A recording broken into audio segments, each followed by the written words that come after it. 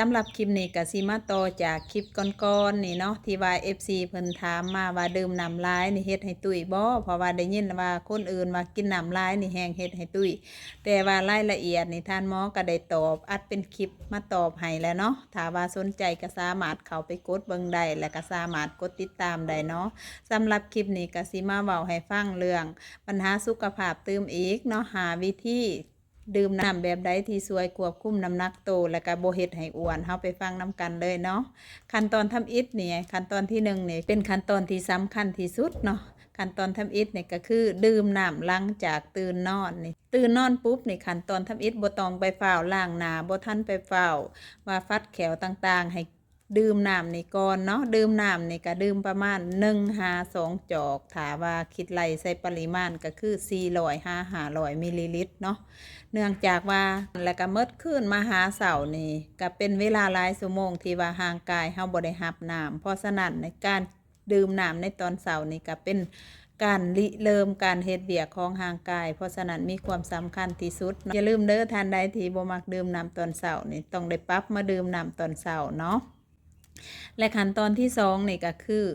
ดื่มน้ำก่อนอาหารเช้าเนาะก่อนเฮาสิกินข้าวประมาณ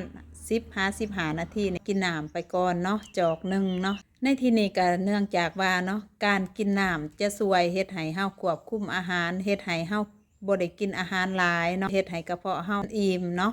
เฮ็ดให้เฮากินอาหารน้อยลงเพราะว่ากระเพาะเฮามันก็เต็มไปเนาะเพราะฉะนั้นก็ลองฝึกเบิ่งเด้อว่ามันจะแม่นบ่เนาะขั้นตอนที่3ก็คือดื่มน้ำในระยะท้องว่างเพราะฉะนั้นในระยะท้องว่างนี่เฮาบ่จำเป็นต้องไปดื่มน้ำหลายบาทเดียวแล้วก็หยุดดื่มบ่ได้เนาะต้องได้ดื่มเป็นปกติ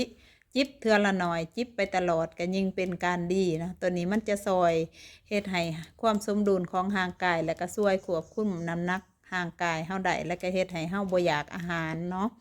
และก็ขั้นตอนที่4ก็คือดื่มน้ำก่อนอาหารแลงเนาะก็ให้ดื่มประมาณจอกหนึ่งนี่แหละเนาะสำหรับก่อนอาหารแลงแต่ว่าอยากควบคุมได้แท้นะอาหารแลงบ่แม่น10 โมง11 โมง12 โมงยังแม่นอาหารแลงบ่แม่นเนาะอาหารแลงกับท่านหมอก็ได้แนะนำในคลิปก่อนๆนี้แล้วเนาะ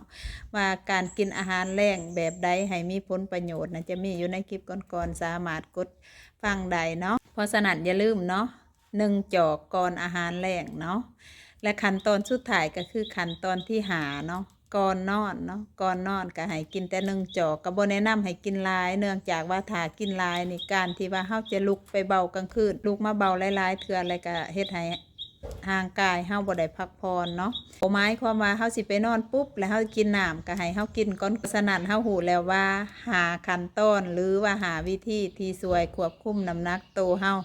และก็บ่เฮ็ดให้เฮาอ้วนในการกินน้ำหลายคนก็สิฮู้ว่ามีผลประโยชน์แล้วลองไปปฏิบัติเบิ่งเด้อมันสิได้ผลแท้หรือบ่เป็นแนวใดแหละอย่าลืมคอมเมนต์มาบอกท่านหมอสมหมายแหน่เด้อหากเห็นว่าคลิปนี้น่าสนใจและก็มีประโยชน์